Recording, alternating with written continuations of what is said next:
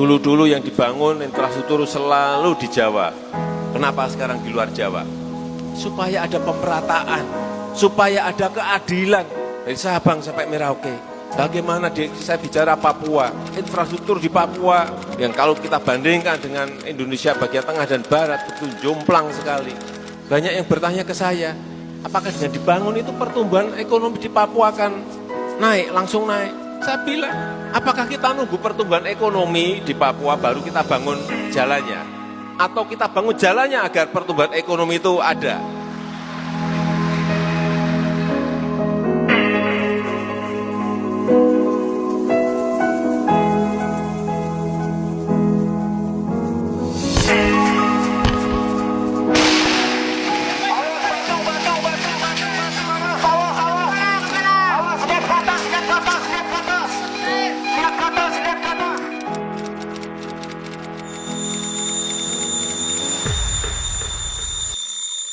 Rasanya saya jarang bercerita tentang pekerjaan saya, kecuali pada istri dan anak-anak. Namun sekarang, entah kenapa, saya merasa harus menceritakan ini. Kenapa?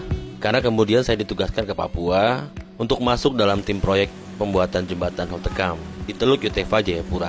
Jembatan yang sangat prestisius. Jembatan yang saya rasa mampu mengangkat ekonomi masyarakat Papua dan sekitarnya. Mungkin terlihat biasa saja ya, proyek ya proyek. Semua punya maksud baik dan punya tujuan yang mulia. Namun ternyata ini kemudian menjadi pengalaman yang luar biasa.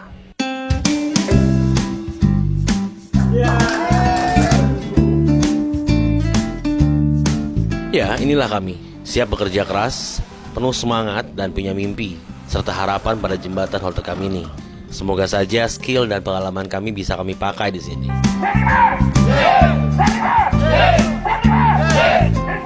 Tak perlu tahu siapa saya. Inilah kami. Tahap demi tahap kami lalui dengan penuh semangat dan tak kenal lelah. Hingga akhirnya kami terpaku. Kami terpaku karena ternyata ada sebuah tantangan besar.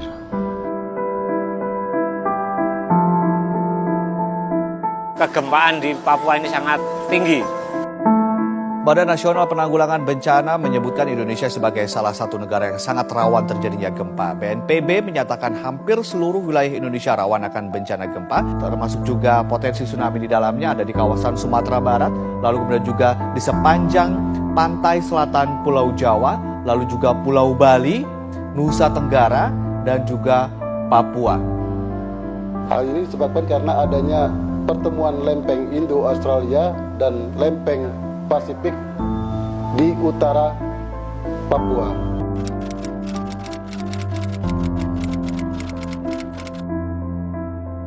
Ya, gempa. Data kejadian gempa di Jayapura dan sekitarnya membuat kami tergetar. Bayangkan saja, rata-rata 6 kali gempa dalam 1 bulan. Intensitasnya antara 3 hingga 5 skala Richter.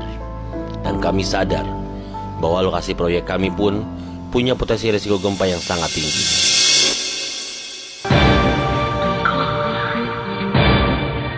Ini krusial. Kami harus benar-benar memutar otak untuk bisa menghadapi tantangan ini. Tim engineering konsorsium sadar betul jika metode pemasangan konvensional tidaklah aman untuk dilaksanakan di Jayapura. Gempa dapat menyerang kapan saja.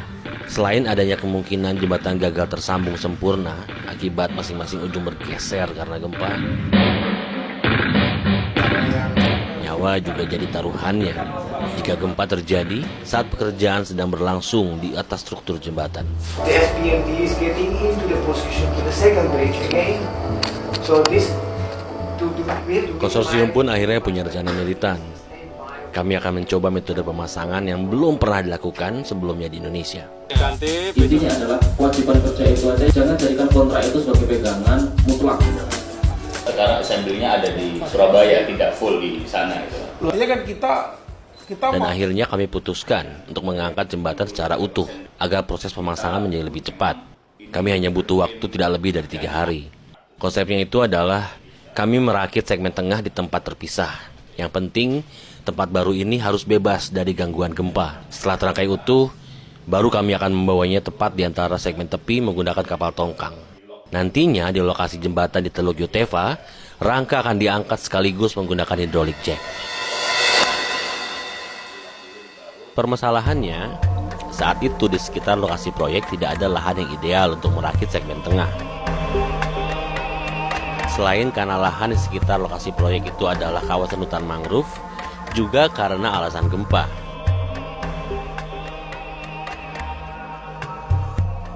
Percuma saja merakit segmen tengah secara terpisah kalau dilakukan juga di daerah yang rawan gempa. Akhirnya, kami menemukan lokasi perakitan paling ideal itu berada di PT PAL Surabaya. Dengan fasilitas dan lahan yang memadai, kami pikir metode kami sangat mungkin dikerjakan. Have you considered about the earthquake exposure during this operation in this lifting up? Pengembangan detail di masing-masing tahapan kami lakoni super serius bersama para ahli jembatan dan kelautan. Namun tak mudah, meski rencana sudah matang dan terukur, aneka penolakan harus kami terima. Tim proyek lantas diminta oleh tim direksi untuk membahas detail mengenai pengerjaan proyek di tingkat direksi. Tim direksi mengundang kami pada acara MEOK Juli 2016 untuk memaparkan semua detail dan risiko di masing-masing tahapan. Mereka begitu khawatir karena saat itu mereka berpandangan metode ini sangat berisiko untuk dikerjakan. Nama 3 perusahaan BUMN dipertaruhkan pada proyek ini. Mereka meminta kami untuk mempertimbangkan kembali menggunakan metode konvensional. Saya terus terang pada waktu proses ide untuk lifting ini diajukan, saya langsung gembira gitu. Karena terus terang metode ini yang jauh lebih andal, terus kemudian presisi tinggi, tetapi ya sekali lagi ini harus didukung oleh tim dengan ekspertis yang tinggi juga. 2 yang menurut saya penuh risiko itu adalah apabila terjadi gelombang selama perjalanan dari Surabaya menuju Oltekam. Yang kedua adalah proses liftingnya itu sendiri. Dalam keraguan banyak orang, tim engineering konsorsium tak menyerah begitu saja. Mereka tetap berusaha meyakinkan lagi semua pihak dengan aneka perhitungan rinci yang bisa menjamin jika metode ini akan aman untuk dilakukan. Hingga akhirnya, persetujuan pun berhasil diraih. Juli 2017, proses perangkaian jembatan lantas dimulai bersamaan di Surabaya dan Jayapura.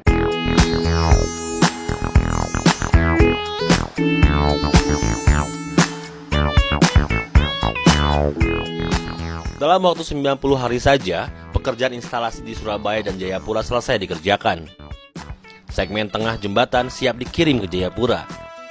Tantangan selanjutnya adalah memindahkan segmen tengah secara utuh ke atas tongkang yang akan membawanya menuju Jayapura. Ini ditarik takbut sana. Ini ditarik dulu ke sana sama takbut yang sini, sekalipun bukan azimut. Ke sini kan? Dibawa ke sini geser. Ada takbut lagi, tarik ke sana. Pekerjaan loadout sebenarnya pekerjaan yang umum dilakukan pada pekerjaan oil and gas seperti platform offshore. Untuk loadout jembatan Rangka Baja sebenarnya lebih aman dibandingkan dengan platform offshore karena center of gravity lebih rendah. Namun tantangan pada loadout jembatan ini adalah pada panjangnya muatan yang hampir tidak ada kapal yang bisa menampung seluruh panjang jembatan. Keputusan menggantung 10% panjang jembatan di atas kapal menurut kami adalah keputusan yang sangat berani.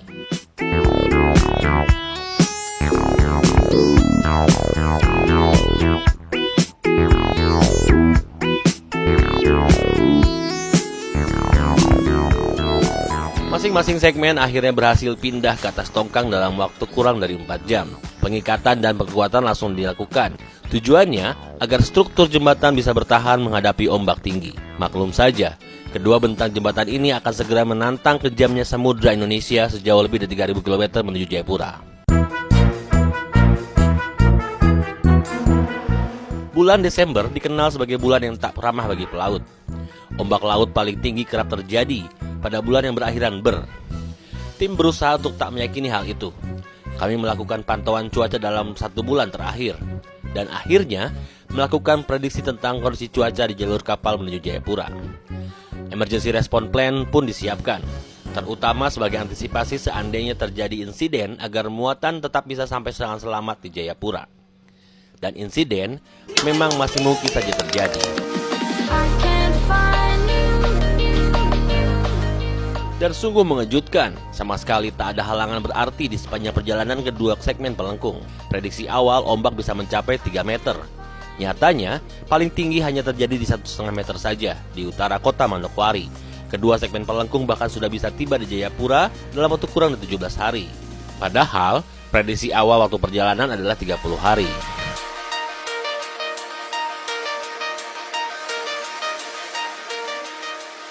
Kini tibalah pada puncak dari keseluruhan tahap ini. Pengangkatan segmen pelengkung. Mesin dan peralatan harus disiapkan betul. Di sisi lain, faktor lingkungan juga jadi penentu. Apakah proses pengangkatan jadi dilakukan atau tidak? Karenanya, tim lapangan konsorsium terus lakukan pengukuran rutin untuk 3 faktor cuaca: kecepatan arus, kecepatan angin, dan pasang surut air laut.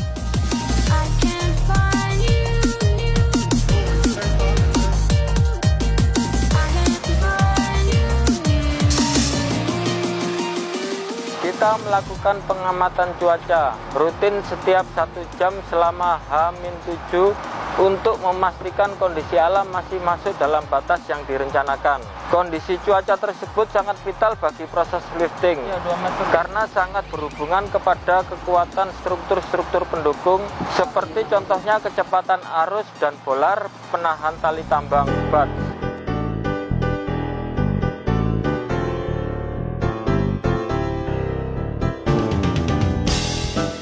Proses lifting dimulai setelah segmen pelengkung dan kapal ada pada posisi yang benar. Keduanya ada pada posisi memanjang arah jembatan. Mooring lantas dilakukan.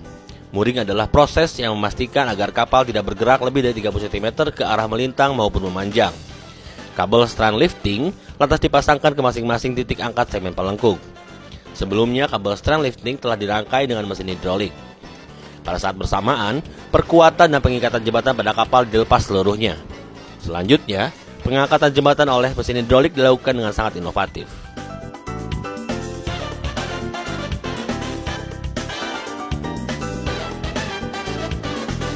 Alih-alih mengangkat jembatan langsung dengan mesin hidrolik, kapal justru ditenggelamkan dengan mengisi kompartemen di dalam lambung kapal. Metode tersebut memungkinkan proses pemindahan beban jembatan menjadi lebih halus. Di sisi lain, juga menghilangkan beban kejut saat beban berpindah ke sistem angkat. Beban kejut akan menambah beban yang dipikul oleh temporary tower.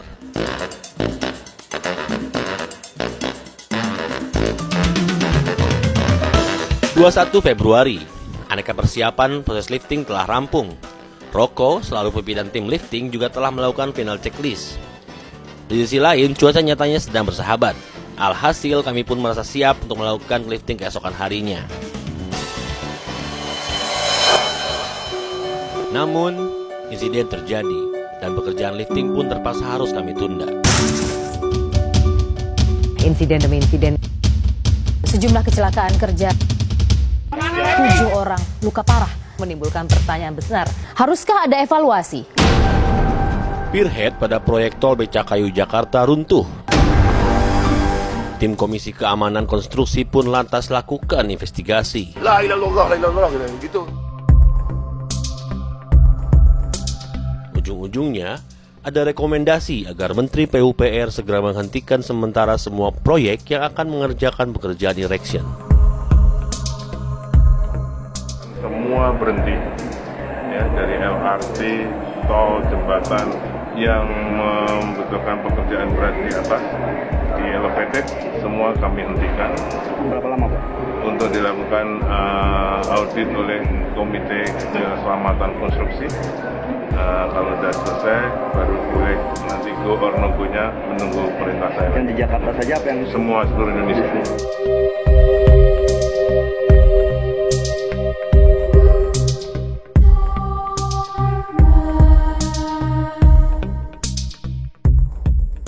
Moratorium kini ada di depan mata. Dirjen Bina Marga Aris Setiadi lantas meminta agar rapat darurat segera dilakukan. Tujuannya adalah untuk menentukan kelanjutan lifting center span jembatan Holtekam.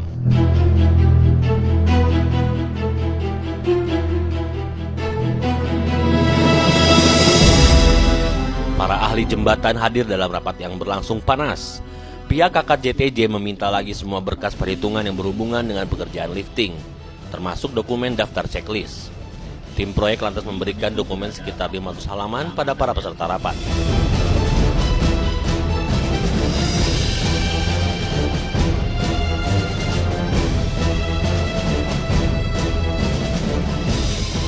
pada waktu proses liftingnya sendiri sudah barang tentu saya lebih khawatir kepada angin gitu.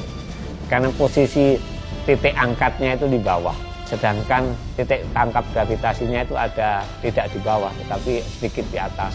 Nah ini kan rawan sekali kalau ada angin dia bisa twist, bisa nggak stabil. Ini yang sangat mengganggu gitu kalau terjadi angin melebihi kapasitas, melebihi yang direncanakan. Setelah debat yang sangat panjang, izin pelaksanaan pekerjaan lifting akhirnya keluar pada pukul 10 waktu Indonesia Timur.